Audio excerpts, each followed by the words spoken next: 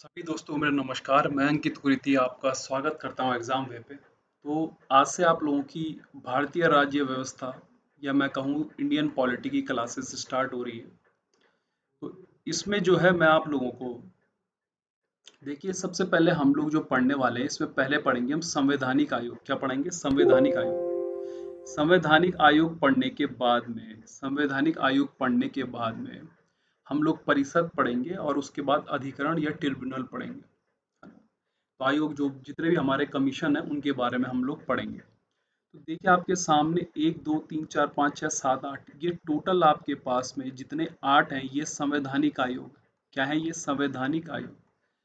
और संवैधानिक आयोग वो होता है जिसके बारे में हमारे संविधान में अनुच्छेद दिए गए हैं। क्या दिए गए हैं? अनुच्छेद दिए गए हैं। अब अनुच्छेद भी दिए गए हों और साथ ही साथ देखिए, इसमें जो भी परिवर्तन करा जाता है इन आयोगों में, वो संसद के अधिनियम के द्वारा ही क्या करा जाएगा? परिवर्तन करा जाएगा। मतलब इन आयोगों को अनुच्छेदों के द्वारा शक्ति दी गई है और इसमें जो भी संशोधन करा जाता है वो जो करा जाता है आपके अधिनियम के द्वारा। इन आयोगों में जो भी नियुक्ति होती है, क्योंकि मैं आपको सबके बारे में डिटेल पढ़ाऊंगा, पर एक ब्रीफ आपको नॉलेज दे दे रहा हूँ। इनकी जो नियुक्ति होती है, इनकी नियुक्ति राष्ट्रपति के द्वारा होती है। किसके द्वारा होती है? राष्ट्रपति की। क्योंकि इनका जो उल्लेख है वो संविधान के अनुच्छेदों में है ना। संवैधानिक आयोग है ये, तो इनकी नियुक्ति करता है राष्ट्रपति। इनको जो हटाया जाता है वो सर्वोच्च न्यायालय के न्यायाधीश को जो हटाने की प्रक्रिया है उसके द्वारा ही इनको क्या हटाया जाता है। तो ये कुछ बेसिक चीजें कि आपसे कोई पूछे कि संवैधानिक आयोग क्या है, तो संवैधानिक आयोग वो आयोग होते हैं कि जिनमें संविधान के अनुच्छेदों में जिनका जिक्र है, जिनके बारे में हमें संवैधानिक अनुच्छेदों में पढ़ने को मिलता है, उनकी शक्तियां, उनका कार्यकाल, जितनी भी सारी चीजें हैं, सब उनके बारे में उनके अनुच्छेदों में हमको दिया गया है संविधान के। साथ ही साथ इसमें जो भी परिवर्तन होता है वह संवैधानिक संशोधन द्वारा होता है, जिसमें कि आपके लोकसभा और राज्यसभा दोनों का योगदान होता है। और इनको जो हटाया जाता है वो सर्वोच्च न्यायालय के न्यायाधीश को हटाने की जो प्रक्रिया है उसके द्वारा इनको हटाया जाता है। और जो नियुक्ति होती है वो राष्ट्रपति के द्वारा की जाती है। तो अनुच्छेद 280 में दोस्तों हमारे पास में वित्तीय आयोग है, फाइनेंस कमीशन है। आर्टिकल 315 से 323 तक हमारे पास में संघ लोक सेवा आयोग है, यूपीएससी हो गई आपका। वहीं राज्य लोक सेवा आयोग और संयुक्त राज्य लोक सेवा आयोग, मतलब दो राज्यों के लिए एक लोक सेवा आयोग। अब अनुच्छेद 48 हमारा भारत का नियंत्रक और महालेखा परीक्षक, तो मैं कहूं कि आपको कैग, उसकी व्याख्या करी गई है। वहीं अनुच्छेद 323 क में केंद्रीय प्रशासनिक अधिकरण के बारे में भी क्या करा गया? बताया गया है। अच्छा, और अनुच्छेद 338 में राष्ट्रीय अनुसूचित जाति आयोग, 338 क में राष्ट्रीय अनुसूचित जनजाति आयोग और अनुच्छेद 338 ख में राष्ट्रीय पिछड़ा वर्ग आयोग के बारे में बताया गया है। तो वहीं 324 में आपका निर्वाचन आयोग के बारे में बताया गया है। तो इनके बारे में हम लोग डिटेल में पढ़ेंगे और सबको एक साथ ना पढ़ करके एक एक करके या दो दो टॉपिक को लेंगे हम। जैसा अनुच्छेद आज जो आपका टॉपिक होने वाला है वित्त आयोग और लोक सेवा आयोग होने वाला है, तो आज हम ये दो टॉपिक पढ़ने वाले हैं। तो देखिए, वित्त आयोग क्या होता है? फाइनेंस कमीशन जिसको हम कहते हैं। अनुच्छेद अनुच्छेद 280 के अंतर्गत राष्ट्रपति 5 वर्ष के अंतराल पर एक वित्त आयोग का गठन करता है। ये अर्धन्यायिक होता है, मतलब अर्धन्यायिक होता है, मतलब पूरी तरीके से ट्रिब्यूनल नहीं होता। अच्छा, दूसरा ये सलाहकारी निकाय होता है, मतलब ये सलाह देता है आपका कि आप ऐसा कर सकते हैं। उसको भारत की संसद मानना चाहे तो मान सकती है, नहीं मानना चाहे तो नहीं मानेगी। इस आयोग में एक अध्यक्ष होता है और वहीं 4 अन्य क्या होते हैं भाई? सदस्य होते हैं। तो ये पॉइंट आपने रखने कि 280 के अंतर्गत आता है, राष्ट्रपति द्वारा 5 वर्ष के अंतराल पे बनाया जाता है। एक अर्धन्यायिक और सलाहकारी क्या है? ये निकाय है और एक अध्यक्ष और 4 अन्य सदस्य होते हैं। अब इसके कार्य क्या है देखिए। राष्ट्रपति को यह सिफारिश करना कि संघ एवं राज्यों के बीच शुद्ध प्राप्तियों को कैसे वितरित किया जाए और राज्यों के बीच ऐसे आगमों का आवंटन, मतलब जो भी हमारा कर राजस्व प्राप्ति होती है, जो स्टेट करती है, केंद्र करती है, तो कैसे इसको आपस में मिल बांट के बांटा जाए, मतलब क्या क्या कितना हिस्सा होना चाहिए, इसके बारे में जो सलाह देता वो कौन देता? आपका वित्त आयोग। वहीं अनुच्छेद 275 के तहत संचित निधि में से राज्यों को अनुदान दी जाने की भी क्या है भाई, ये क्या करता है, मांग करता है कि इसमें जो 275 में जो संचित निधि में जो अनुदान है वो राज्यों को दी जानी चाहिए। तो ये दो मुख्य काम किसके हैं? आपके वित्त आयोग के। अब शक्तियां क्या है, देखिए पावर क्या है किसकी? वित्त आयोग की। रिपोर्ट राष्ट्रपति को सौंपता है कौन? आपका जो फाइनेंस कमीशन होता है, रिपोर्ट किसको सौंपता है? राष्ट्रपति को। जिसे वह संसद के दोनों सदनों के समक्ष रखता है। किसके समक्ष रखता है? दोनों सदनों, मतलब लोकसभा के भी रखेगा और राज्यसभा के भी। ऐसे नहीं कि ऊपरी सदन के रखा और नीचे की सदन के नहीं रखा। तो दोनों सदन का क्या करता है वो, इस बारे में अपनी जो रिपोर्ट है वो सौंपता है। अब देखिए अभी हाल ही में जो हमारा क्या बना, 15वां वित्त आयोग बना, है ना? इसके अध्यक्ष एन के सिंह थे। कौन थे? एन के सिंह। अन्य जो सदस्य Ajay Rana, doctor Anup Singh, doctor Asol Lahiri, doctor Ramesh Singh, doctor Arvind Bera. अब इसका कार्यकाल पहले 2021 तक था, लेकिन इसको बढ़ा करके अब 2026 तक कर दिया गया है। किसका? इसका कार्यकाल।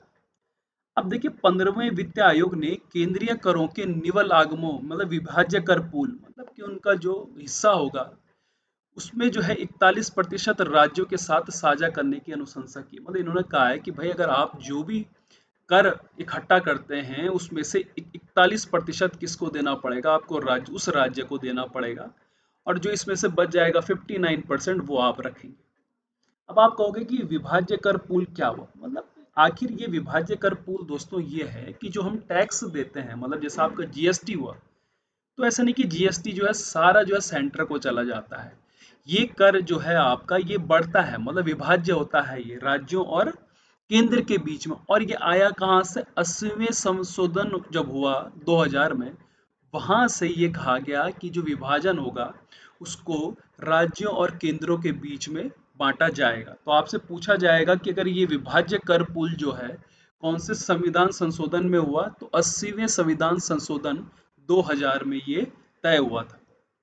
अब हमारा जो पहला वित्त आयोग था वो 22 नवंबर 1951 को, उसके अध्यक्ष कौन थे? केसी नियोगी साहब थे।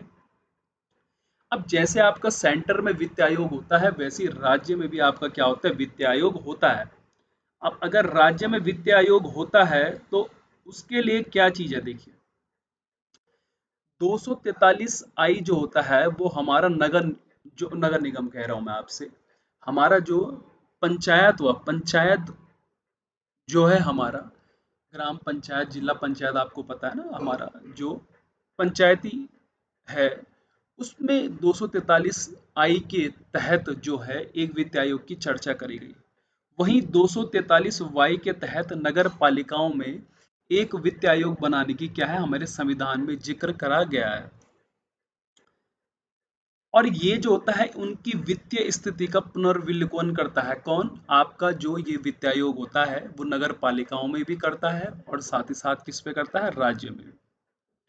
तो ये जो था आपका, ये क्या था, हमने वित्त आयोग पढ़ा कि कैसे इसकी शक्तियां क्या है, कौन नियुक्ति करता है, पहला वित्त आयोग कौन बना, जो इस बार का बना, उसके अध्यक्ष और उन्होंने क्या अनुशंसा करी है, हमने ये पढ़ा। अब देखिए अगला वाला टॉपिक आ जाता है आपका इसी में, संवैधानिक संस्था में अगली संस्था पड़ जाती है, अगला आयोग पड़ जाता है आपका संघ लोक सेवा आयोग, है ना, जिसका नाम सबने सुना, हमारा यूपीएससी। तो केंद्र के लिए यूपीएससी, और आपको पता है कि स्टेट सर्विस के लिए क्या पड़ जाता है? राज्य लोक सेवा आयोग। तो राज्य जो संघ लोक सेवा आयोग है, भाग 14 में अनुच्छेद 315 से 323 के बीच में इसका जिक्र है, 315 से 323 के बीच में इसका जिक्र है। इसमें एक अध्यक्ष और कुछ अन्य सदस्यों द्वारा मिलकर, इनकी सदस्य कोई निर्धारित नहीं है, अभी हाल ही में शायद 10 है, अभी हाल ही में कितने हैं? 10 है, पर ऐसा कोई फिक्स नहीं है इनका। इनका कार्यकाल 6 वर्ष या 65 वर्ष होता है ना।